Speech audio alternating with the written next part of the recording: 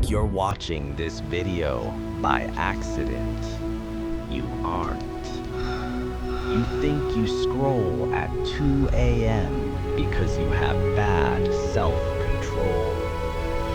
Don't. The truth is much darker, and if you're brave enough to listen to the next 30 seconds, it might just save your mind.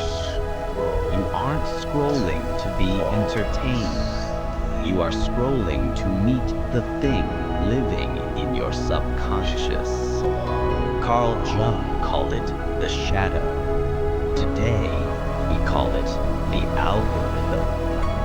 In 1930, Carl Jung discovered a terrifying truth. We all have a shadow self.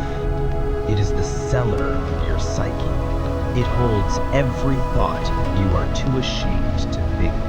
Your aggression, your jealousy, your perversions.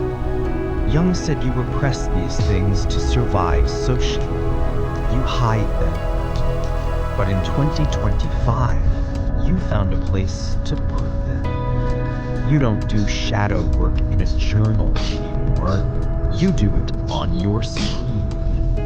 Every time you stop scrolling, you are voting. You are telling the machine, show me my shadow. And the machine, it is very obedient. Let's look at your For You page. Be honest. How much of it is what we call cringe? Why do you watch it? Why can't you look away from a stranger humiliating themselves? Science calls this the benign violation theory. Your brain sees a social rule being broken. That is the violation. It registers as a threat. But because it's on a screen, it's benign. You are safe. But here is the shadow coming true. You aren't watching to laugh. You are watching to simulate your own social death. Your shadow is terrified of being rejected, so it feeds on their rejection to feel safe. You are drinking their shame to dilute your own. And the algorithm knows this. It knows you are insecure before you know you are insecure. It's not just cringe, it's rage. Do you ever click on a video just because the title makes you angry? Opinion: why X is the worst thing ever. You click. Comment. Fight. This is the paradox of hedonism in action. You think you are fighting for truth. In reality, you are stimulating your dopamine receptors with cortisol. You are addicted to the feeling of being right. And to feel right, you need someone to be wrong. Your shadow is aggressive. In real life, you are polite. You smile at your boss. You don't scream at the barista. So the algorithm hands you a digital punching bag. It says, here, let the monster out.